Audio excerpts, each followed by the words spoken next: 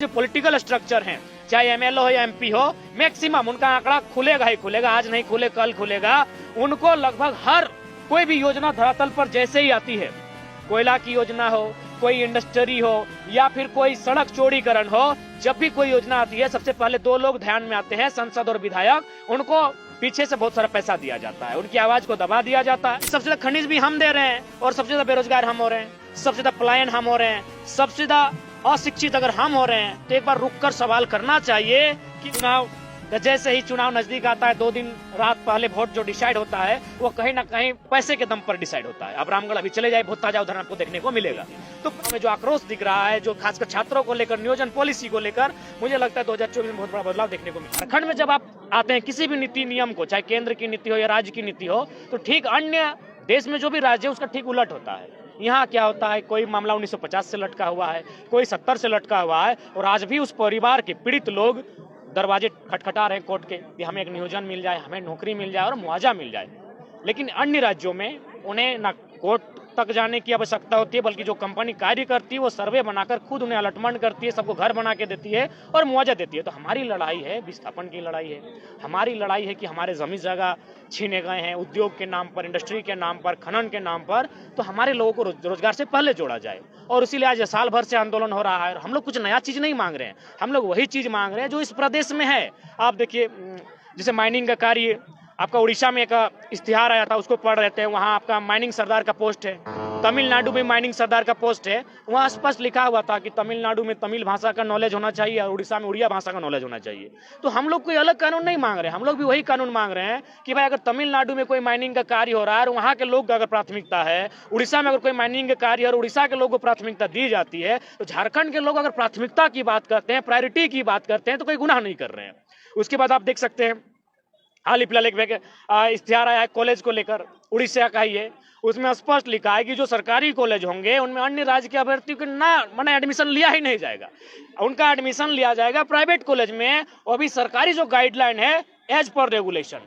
तो जब झारखंड के लोग झारखंड में सेम उन्हीं नियमों की मांग करते हैं जैसा उड़ीसा में है, जैसा छत्तीसगढ़ में है, जैसा तेलंगाना में है, जैसा तमिलनाडु में है, तो यहाँ संविधान की अड़चने आ जाती है। क्या लगता है झारखंड की सरकार, झारखंड बने हुए 22 साल हो गए, हर बार ये दावा होता है कि हम झारखंडी का सरकार बना रहे हैं, क्या लगता है लोगों को छला जा रहा है क्या? देखिए, हर बार छला ही जा रहा है, क्योंकि अभी देखिए गवर्नमेंट के आंकड़े कहते हैं कि सबसे ज्यादा, और ये सभी जानते हैं कि सबसे ज्यादा अगर खनिज कहीं पाया जाता है तो झारखंड में। देखिए, गवर्नमेंट के आंकड़े कह रहे हैं, गवर्नमेंट के आंकड़े कह रहे हैं कि पूरे भारतवर्ष में सबसे ज्यादा खनिज अगर कहीं पाया जाता है तो झारखंड में, और उसी गवर्नमेंट का आंकड़ा कह रहा है कि सबसे ज्यादा बेरोजगारी कहीं है तो मोस्ट ऑफ मोस्ट में झारखंड है।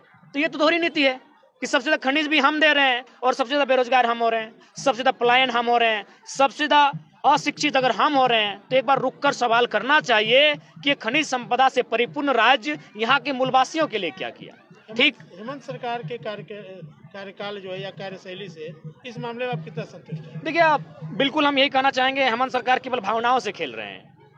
राज्यपाल महोदय खतियान को रिजेक्ट करते हैं और महोदय पूरे राज्य में लगभग लाखों का खर्चा करके खतियानी जोहार यात्रा निकाल रहे हैं। यहाँ आपका 4 तारीख को ही जो गोल्फ ग्राउंड में कार्यक्रम हुआ, सोने बागमारा से 60 गाड़ी गया था। औसतन लगाते हैं, एक गाड़ी में अगर 2000 का तेल पिया तो 60 गाड़ी को कैलकुलेट कीजिए। जब एक ब्लॉक से इतना गया तो धनबाद में 10 ब्लॉक है, उसको कैलकुलेट कीजिए। और चूंकि हमको लगता है कम से कम 5-6 जिलों से लोग गए होंगे, तो उसको फिर कैलकुलेट कीजिए कितना खर्च हुआ होगा। तो इसीलिए हम कहना चाहेंगे ये भावनाओं से खेल रहे हैं। राज्य के युवा परेशान है, किसान परेशान है, रैयत परेशान है, कंटिन्यू लड़ाई लड़ रहे हैं, और लड़ाई इस कदर लड़ रहे हैं कि मैंने मारपीट उनके साथ हो रही है। अभी देखिए, सीआईएसएफ और ग्रामीणों में थोड़ी सी झड़प हुई है भोली में, कुछ सीआईएसएफ भी घायल हुए हैं, ग्रामीण भी 8-10 घायल हुए हैं। तो क्यों, आखिर क्यों? जब वो जमीन ग्रामीणों की है, ग्रामीण मांग कर रहे हैं कि बीसीसीएल अपना पेपर दिखाए और जमीन का अधिग्रहण करे, लेकिन बीसीसीएल कागज नहीं दिखा रही है, उल्टा प्रशासनिक दांवपेच के साथ ग्रामीणों से उलझा रही है, लड़वा रही है, और नुकसान चाहे सीआईएसएफ का हो या ग्रामीणों का, दोनों मिडिल क्लास फैमिली के हैं। यही आज देश में हो रहा है। बीसीसीएल हो या झारखंड सरकार, देखिए, रणनीति सबसे पहली बात है जो पॉलिटिकल स्ट्रक्चर। जब तक पॉलिटिकल स्ट्रक्चर में जो बैठे लोग हैं उनकी अगर मंशा स्पष्ट नहीं होती है तो नीति आपकी कुछ धरातल पर उतर नहीं पाएगी। उदाहरण के लिए हम बताते हैं, जैसे जीटी रोड चौड़ीकरण की जब बात आई तो गांव वालों की जमीन कहीं 10,000 डिसमिल लिया गया, कहीं 12,000 डिसमिल लिया गया। क्यों भाई, इतना कम दाम में क्यों? ना जो हमारे सांसद हैं, जो क्षेत्र जितने भी सांसद हैं, उनको कंपनी ने पहले ही पैसा दिया, वे जानते हैं कि रैयत को हम जो पैसा देंगे 1 लाख, अगर उसमें हम काट कर 50,000 संसद को दे देते हैं तो 20,000 हम देंगे फिर रैयत को, 30,000 मेरा मुनाफा है।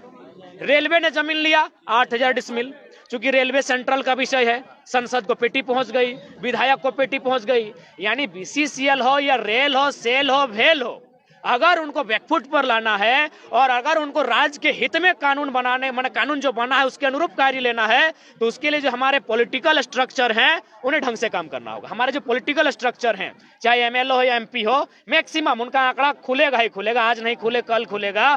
उनको लगभग हर कोई भी योजना धरातल पर जैसे ही आती है, कोयला की योजना हो, कोई इंडस्ट्री हो या फिर कोई सड़क चौड़ीकरण हो, जब भी कोई योजना आती है सबसे पहले 2 लोग ध्यान में आते हैं, संसद और विधायक। उनको पीछे से बहुत सारा पैसा दिया जाता है, उनकी आवाज को दबा दिया जाता है और फाइनली बीसीसीएल मनमानी करती है, कंपनी आज मनमानी कर रही है। क्यों? कारण ये पॉलिटिकल जो हमारी ढांचाएं हैं वो कहीं ना कहीं सुस्त हो चुकी है और वो अपने सिवा किसी के लिए कार्य नहीं कर रही। पॉलिटिकल स्ट्रक्चर की जो बात कर रहे हैं, क्या लगता है जनता से क्या अपील करेंगे उसे देखिए, सुधारने के लिए? जनता से हम अपील यही करेंगे, क्योंकि भारत एक लोकतांत्रिक देश है, आपको अपने 1 पर्सन 1 वोट 1 वैल्यू के इंपॉर्टेंस को समझना होगा। हमने अभी तक क्या किया है, चुनाव जैसे ही चुनाव नजदीक आता है 2 दिन रात पहले वोट जो डिसाइड होता है वो कहीं ना कहीं पैसे के दम पर डिसाइड होता है। अब रामगढ़ अभी चले जाए, बहुत ताजा उदाहरण आपको देखने को मिलेगा।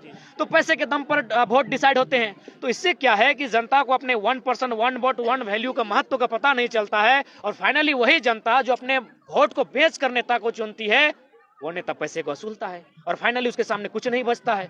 वो ना बोल पाती है ना चिल्ला पाती है, क्योंकि ऑलरेडी अपना जो ताकत है, सर्वश्रेष्ठ ताकत जो हमको वोट कहते हैं, वो बेच चुकी होती है। इसीलिए आज 22 साल के बाद झारखंड की जनता को पॉलिटिकल रिफॉर्म के बारे में सोचना होगा। एक ऐसा पॉलिटिकल रिफॉर्म हो जहां माने ऑनेस्ट कैंडिडेट चुनकर जाए और उसके लिए ऑनेस्ट पीपल भी हो, जो वोट दें उनको वे लोग भी ऑनेस्ट हो, किसी लाभ में नहीं, किसी माने अपने रिश्ता नाता में देखकर ना पड़े। बिल्कुल एक स्वच्छ कैंडिडेट को देखें जो विधानसभा के भीतर या फिर जो भी पॉलिसियां धरातल पर आएंगी, जो भी केंद्र की पॉलिसी हो, राज्य की पॉलिसी हो, यदि जनता के अहित में हो तो उसके खिलाफ मुखरता से वो आवाज को रख सके। लेकिन आप देखिए, कहीं भी देखिए कोई विधायक बोलते हुए नजर नहीं आएगा, भोली में इतना बड़ा कांड हुआ,